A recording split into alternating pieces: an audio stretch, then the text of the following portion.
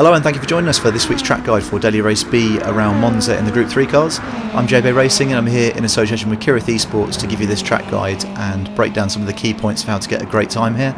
We've done a bit of a dual track guide this week, so we've got one lap in the Beetle and one lap in the WRX because there's a bit of a split between the top 10 as to which car's best, and depending on your driving style, one car may suit you better than the other. First off, we're going to go through the WRX lap, then we're going to go through the Beetle lap. Currently my fastest lap time is actually with the Beetle, but I think once I put a bit of work into it, the WRX will be the faster car. So just depending on your driving style, you may find that one suits you better than the other, so look out for that and see which one is going to work for you best. I'm also just going to put a quick screenshot up at the start of the video of the braking marker that I'm using for turn 1. Because you're coming in so fast turn 1, it's not that easy to see, so let's take a look at the brake marker for turn 1 and then get into the track guide. So this is what I'm looking out for here coming into turn 1 is the orange end to the barrier on the right hand side, just before the 100 metre board. So braking before it, not on it, but as that goes out of your view on the right hand side, that's what I'm looking for. So here we are in the WRX then for our first lap, and we're coming down into turn 1, looking out for the braking boards on the left, and after the 150, braking just before that orange marker goes out of your view on the right hand side. Down into first gear and cut this bit of curbing with your right tyres, little burst of power, and then do just dab the brake to get the car to come into the curb on the left.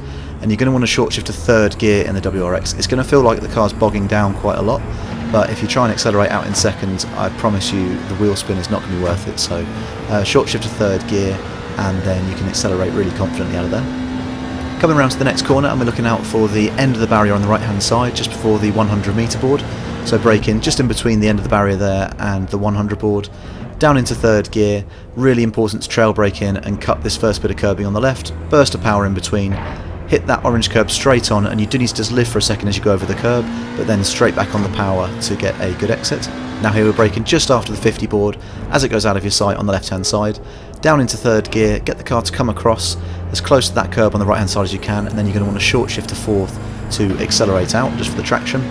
And once again looking for the 50 metre board here, braking right on it, down into third gear for the rotation, but then short shift to fourth, and then you can get on the power super confidently coming up the straight here. I just want to take a moment while we're coming down the straight to say thanks very much for everybody who's come over and subscribed to the channel recently. We've just smashed through 500 subs and straight up to 600 odds, so thanks very much for all the support recently. And next we're looking out for the 100 metre board, so braking just before the 100 board in between that sort of path on the right hand side and the 100.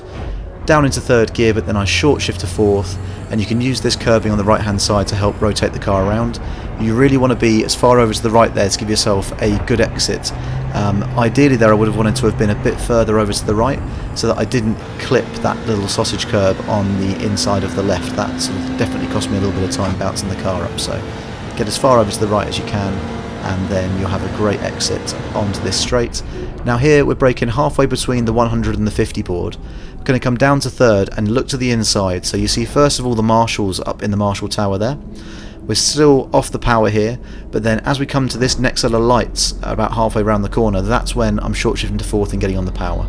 It's really important to get on the power early coming around this corner, but not too early that you're going to push out wide, so look out for the marshals, then for the next set of signal lights, and before the signal lights is where you need to be accelerating. So that in the WRX, the best lap I managed was a 47.9. It's about a second off the top 10 times at the moment, so not a bad lap, but let's have a look at the Beetle and see what the differences are in that. Here we go in the Beetle then, and there are some key differences with this.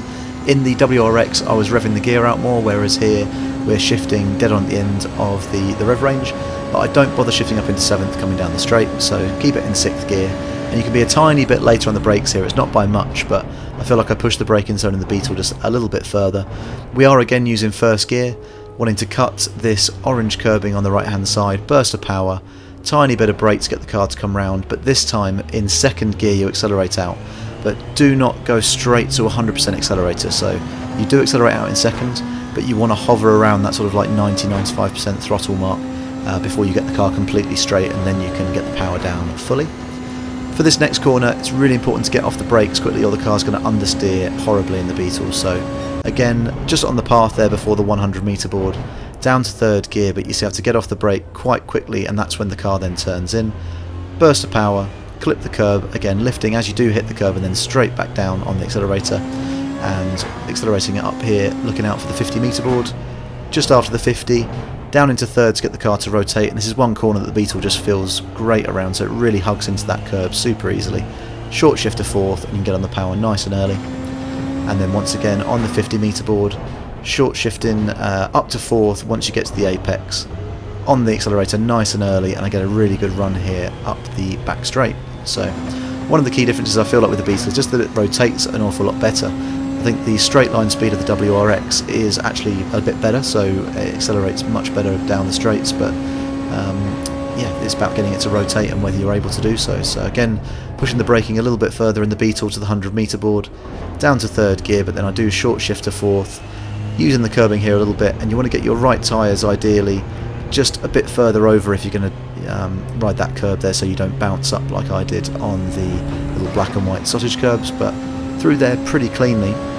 And because of the rotation that we've managed to get coming through all those corners, I'm actually up on my lap here a little bit, so this next corner is going to be exactly the same, halfway between the 100 and the 50, looking out for the marshals first of all on the right hand side, down into third gear, but this time round I do stay in third when I accelerate out, so I think the car is a little bit faster coming around this corner if you first of all accelerate in third as you get to that signal post, and then just short shift to fourth, or say short shift, you know, you build the rev range up pretty much all the way, and then you shift to fourth as the revs fill up. And you can come right across the right hand side here. I didn't do it in the WRX because I wasn't certain at first, but you can ride all the way through there. I think that gains you a tiny bit of time as well. So that took 2.5 tenths off my time, so 47.7 managed to get down to. Going to let the laps play out now at full speed, so thanks very much if you've stayed tuned in with us there.